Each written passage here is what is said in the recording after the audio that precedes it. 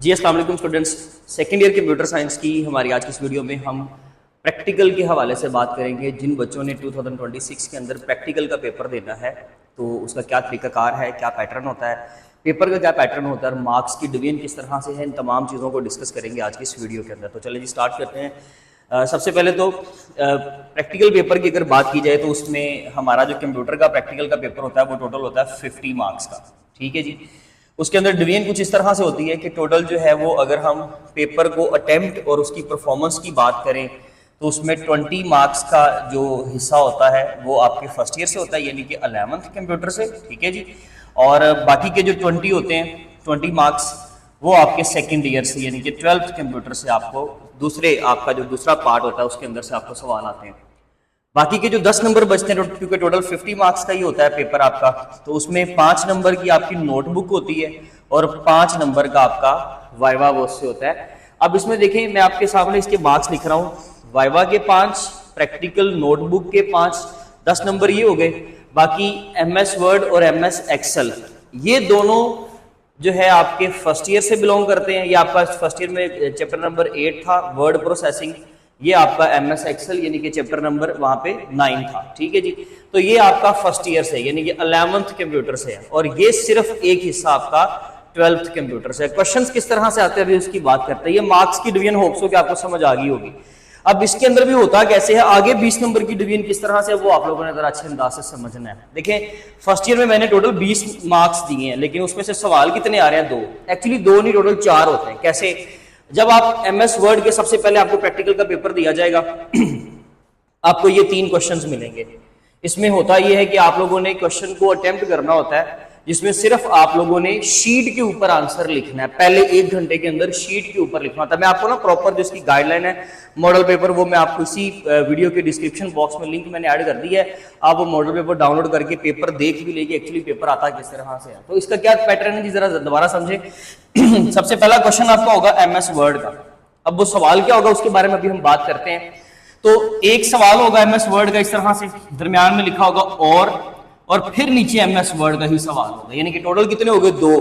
तो आपने 1 out of 2 attempt करना है, यानी कि एक सवाल आपने दोनों में से कोई भी जो आपको आता है वो आपने अटेम्प्ट करना है। अटेम्प्ट भी क्या करना है कि आपने सिर्फ उसका प्रोसीजर लिखना होता है। जो भी काम उन्होंने बोला होता है ना, आपने जस्ट उसका प्रोसीजर पेपर पे लिखना है यानी कि परफॉर्म नहीं करना। और ये आपका कितने नंबर का होगा जी? ये होगा टोटल 6 मार्क्स का। जरा समझ लीजिएगा बात को ध्यान से। 6 मार्क्स का होगा आपका प्रोसीजर राइट करना और 4 मार्क्स की होगी उसी की परफॉर्मेंस, लेकिन इस 1 घंटे के बाद। वो आपको अगर तो वहां पर लैब अवेलेबल है, क्योंकि जहां पर भी आपका प्रैक्टिकल का सेंटर बनता है ना, ये चीज बड़ी मैटर करती है कि वहां पर प्रॉपर लैब है, इक्विपमेंट्स हैं, वहां पे प्रॉपर कंप्यूटर्स पड़े हुए हैं, कीबोर्ड चलते हैं। ये चीजें बड़ी मायने रखती हैं, साफ बात है। मैं समझता हूं कि मैं हमेशा यही बोला बच्चों को क्लास के अंदर कि जो बच्चा प्रैक्टिकल का पेपर देने चला जाता है ना, वो समझ लीजिए पास तो हो जाता है। प्रैक्टिकल में जो बच्चा फेल होता है वो आपके जो 2 साल के सब्जेक्ट्स होते हैं उसमें फेल कंसिडर किया जाता है। याद रखिएगा, वो आपको उसके मार्क्स नहीं मिलते, वो आपका सब्जेक्ट फेल कंसिडर होता है जिसका आप प्रैक्टिकल का पेपर मिस कर देते हो। तो इसमें पास होने के लिए सबसे पहला काम जरूरी क्या है कि जी आपने सिर्फ वहां पर अवेलेबल होना, आपने पहुंचना है, बाकी हो जाता होता है। ठीक है जी। तो 6 मार्क्स की उसकी अटेम्प्ट पेपर पे लिखना और 4 नंबर की इसके बाद परफॉर्मेंस होगा कि जो आपने प्रोसीजर लिखा है ना, अब हमें करके दिखाओ और ये चीज बनाकर दिखाओ जो आपको बोली गई है। अब सवाल क्या आ सकता है उसके बारे में भी बात कर लेते हैं। देखिए आपको कोई टेबल बना देगा, ठीक है जी, वो कहेगा कि ये टेबल आप क्रिएट करके दें। इस टेबल को क्रिएट करने के MS वर्ड के ऊपर क्रिएट करने के स्टेप्स क्या होंगे वो स्टेप्स हमें लिख कर दे दें। वो आपको कोई लेट से एक फॉर्म बनाने को बोलेगा जिसके अंदर डाटा एंटर होता है, वो फॉर्म आपको बनाना पड़ेगा। तो ये आप टेम्पलेट में जाके मॉडल पेपर में देख भी सकते हो कि किस तरह का सवाल आपको आ सकता है। टेबल फॉर्म बनाने को कह सकता है, 2 कॉलम्स में डाटा डिवाइड कैसे करके लिखते हैं, फिर अटैलिसाइज करना, बोल्ड करना, अंडरलाइन करना, फॉन्ट साइज जो है वो ज्यादा करना, कम करना। तो स्पेसिफिक जो है स्पेसिफिक फॉन्ट फैमिली आपको इस्तेमाल करने को कह देता है। टाइम्स न्यू रोमन में लिखें, कैलिबरी में लिखें, तो आपने वो वाली फॉन्ट फैमिली इस्तेमाल करके वो पैराग्राफ राइट करना है। उसके अंदर वो पंक्चुएशन मार्क्स, यानी कि जस्ट वो ये ऑब्जर्व करना चाहते हैं कि आपको कंप्यूटर इस्तेमाल करना आता है, आप MS वर्ड यूज कर सकते हो, वर्ड प्रोसेसिंग के ऊपर काम कर सकते हो, और साफ बात है कि साथ आपने लिखना है सिर्फ उसका प्रोसीजर, 4 नंबर की उसकी परफॉर्मेंस। एंड सेम इसी तरह से MS एक्सेल के ऊपर भी अप्लाई कर लें कि इसके भी 2 क्वेश्चन होंगे। ठीक है जी, दरमियान में लिखा होगा और। ये आपका क्वेश्चन नंबर 2 है, लेकिन उसके अंदर फर्दर 2 सेगमेंट्स हैं।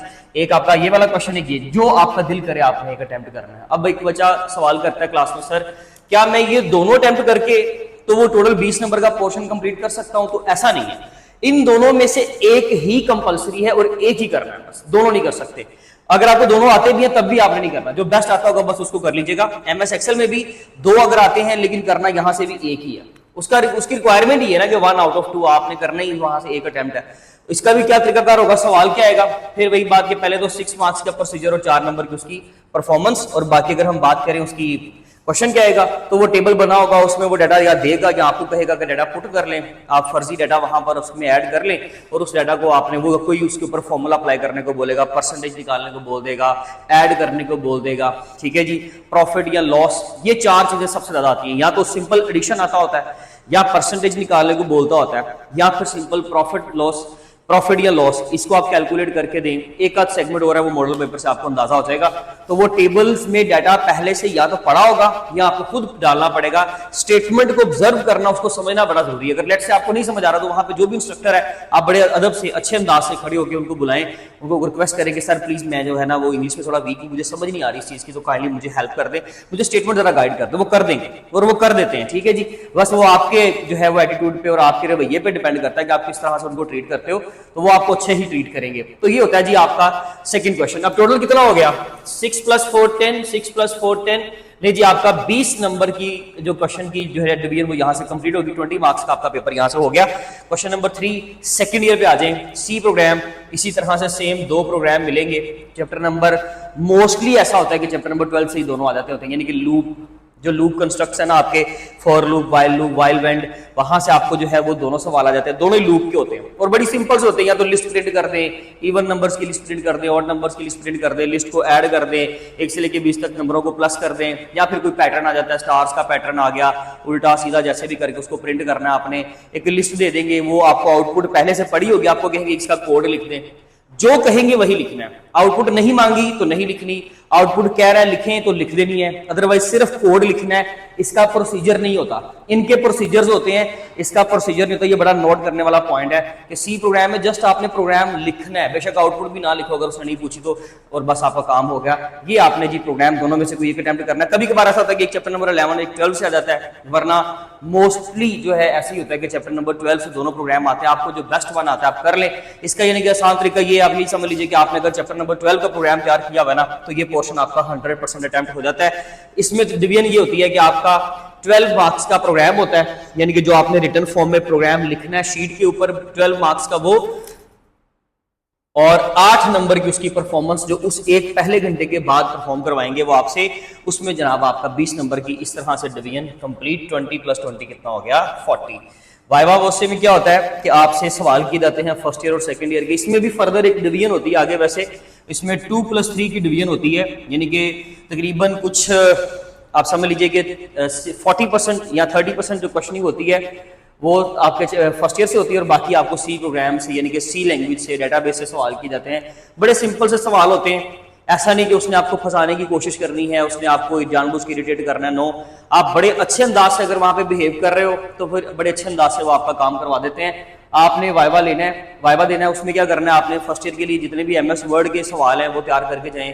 Word processing, MS word file कैसे बनाते हैं, ओपन कैसे करते हैं, एक्सटेंशन क्या होती है, फिर फॉन्ट्स क्या होते हैं, कॉलम्स का कॉन्सेप्ट क्या है, पैराग्राफिंग क्या होती है, ये सारी चीजें आप तैयार करके जाएं। MS एक्सेल के बेसिक फॉर्मूले आपको आते होने चाहिए, फंक्शंस के बारे में पता होना चाहिए। सी लैंग्वेज की बात करें तो रिजर्व वर्ड्स क्या होते हैं, हेडर फाइल क्या होती है, प्री प्रोसेसर डायरेक्टिव क्या होती है, स्टेटमेंट टर्मिनेटर्स क्या होते हैं, लूप कौन कौन सा होता है, ठीक है, कुछ रिजर्व वर्ड्स के नाम आपको आने चाहिए। ये बेसिक से क्वेश्चन जो है वो आपसे पूछते हैं। आप अपने एंड पे अपनी नोटबुक देखें, प्रैक्टिकल की नोटबुक के पीछे लाजमी तौर पर उन्होंने वाइवा के क्वेश्चंस दिए होते हैं, उन क्वेश्चंस को प्रिपेयर करें और आपका ये वाला पोर्शन भी तैयार। प्रैक्टिकल की नोटबुक जो है, जो पेपर की जो ये जो कॉपी है ये आपने खुद बनाकर लेकर जानी है।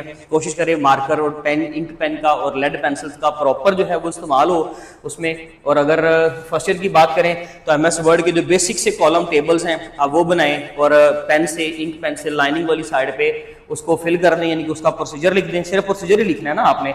लेफ्ट साइड पे जस्ट उसकी डायग्राम है वो आपको बनानी पड़ती है। वो प्रॉपर आइकन्स नहीं बनाते होते, जस्ट एक स्केच बना देते हैं, बॉर्डर लगा दिया, अंदर डिवीजन दे दी कि जी अंदर ये वाला सेगमेंट आ रहा है, बस। प्रॉपर आइकन्स बनाना छोटे छोटे, इसकी बिल्कुल भी जरूरत नहीं है फर्स्ट ईयर के पोर्शन के अंदर। एमएस एक्सेल में भी सेम।